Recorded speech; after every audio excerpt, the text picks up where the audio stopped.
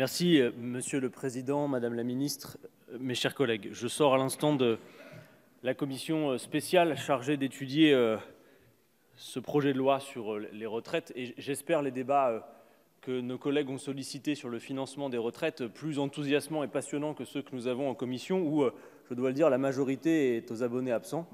Elle n'intervient sur à peu près aucun des sujets. Elle attend que ça se passe. Elle fustige le nombre d'amendements importants déposés par le groupe auquel j'appartiens, sans voir que 19 000 amendements déposés, c'est 19 000 occasions pour la majorité de défendre ardemment un projet de loi auquel elle croit particulièrement. Parce que moi, ce matin, on m'a fait la réflexion, on m'a dit « mais si vous étiez dans la majorité et que votre opposition vous envoyait à la figure 19 000 amendements », ben moi, je vous le dis, avec force et vigueur, je prendrai la parole 19 000 fois pour défendre ce projet de loi. Et là, vous ne le faites pas. Là, vous ne le faites pas. Bon. Mettons ça de côté. Par ailleurs, et pour que l'information circule, puisqu'elle circule depuis maintenant un peu plus d'une heure, la commission spéciale, après 24 heures de débat, a décidé de diviser par 2 le temps de parole des parlementaires pour défendre leurs amendements. Je pense que les Français apprécieront.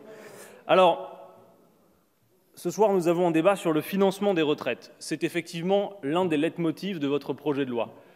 Quand ça n'est pas l'universalité, qui a d'ailleurs pris un sérieux coup dans l'aile depuis un certain temps, le Conseil d'État s'est chargé de battre en brèche cet argument, quand ce n'est pas le slogan de 1 euro cotisé ouvrira les mêmes droits, quand ce n'est pas le fait de dire puisqu'on vit plus longtemps, il faut travailler plus longtemps, quand ces arguments ne suffisent pas, quand ce n'est pas non plus le programme d'Emmanuel Macron, parce qu'on rappelle quand même que le programme d'Emmanuel Macron disait qu'on ne toucherait ni à l'âge de départ, ni au niveau des pensions, alors que précisément ce projet de loi se charge de faire les deux. Quand ce n'est pas tout ça, quand ces arguments ne fonctionnent pas, il y a en quelque sorte un argument d'autorité qui serait « oui, mais nous avons un problème pour financer les retraites ». Alors, en parlementaires sérieux que nous sommes, nous avons regardé le contenu de ce problème prétendu de financement des retraites.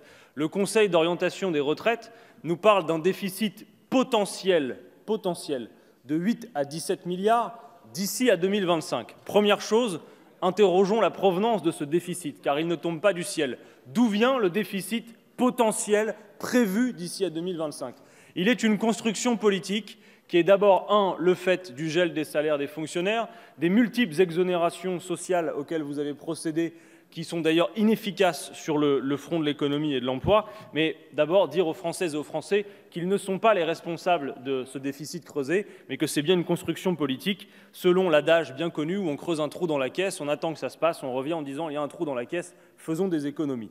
Donc, l'argument du déficit est un argument d'autorité qu'on peut vite faire tomber. Mais moi, je veux vous rassurer, si vous considérez que 8 à 17 milliards d'ici à 2025 est un problème, d'abord, apprécions le trou sur l'ensemble de ce que pèsent les retraites. Les retraites dans ce pays, c'est 330 milliards d'euros. Alors, 8 à 17 milliards, le poids des milliards, en quelque sorte, peut être relativisé. Mais s'il vous fait peur, ce trou, je vais vous rassurer rapidement. D'abord, dans les différents régimes, il y a des fonds de réserve et il y en a pour plus de 127 milliards. Je pourrais vous en parler, je ne le ferai pas. Il y a 42 milliards d'encours bancaires dans un régime spécial des très riches dont vous ne parlez jamais, celui des retraites chapeaux. Je pourrais vous en parler, je ne le ferai pas. Je pourrais aussi vous parler des 60 milliards d'euros de dividendes versés aux actionnaires en 2019, puisque la question du financement des retraites est évidemment celle du partage de la richesse produite. Je ne le ferai pas. Mais voyez déjà que ces quelques chiffres suffisent à relativiser ce problème de financement et de déficit potentiel. Alors, une fois qu'on a retiré de tous vos arguments fumeux et tout le verbiage autour de ce projet de loi, toutes ces histoires à dormir debout sur l'universalité et tout le reste, que reste-t-il en réalité ? Il reste une seule chose, une grande et vaste mesure d'âge qui va faire en sorte que les Français soient poussés à travailler toujours plus longtemps, sans tenir aucun compte du fait que l'espérance de vie en bonne santé, ça vous concerne Madame la Ministre, est de 63 ans, que la productivité a augmenté, qu'un actif aujourd'hui produit 3 fois plus que dans les années 70 et que la répartition de la richesse produite n'a jamais été aussi mal partagée et que c'est bien là le cœur du débat que nous allons avoir ces prochains jours et ces prochaines semaines.